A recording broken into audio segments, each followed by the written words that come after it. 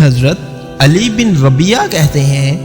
کہ میں نے ایک مرتبہ حضرت علی رضی اللہ تعالیٰ عنہ کو دیکھا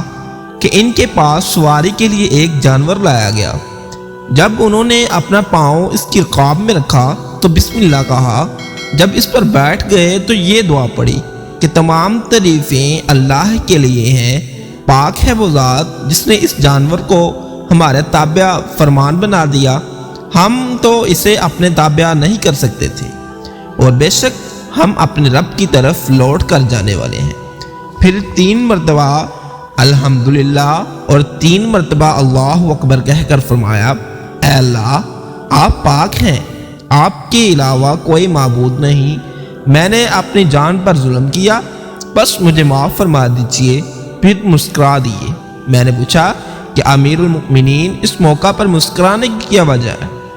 فرمایا کہ میں نے نبی کریم صلی اللہ علیہ وسلم کو بھی اس طرح کرتے ہوئے دیکھا تھا جیسے میں نے کیا، اور نبی کریم صلی اللہ علیہ وسلم بھی مسکرائے تھے،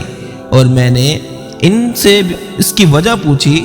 تو آپ صلی اللہ علیہ وسلم نے فرمایا کہ جب بندہ یہ کہتا ہے کہ پروردگار مجھے معاف فرما دیں تو پروردگار کو خوشی ہوتی ہے،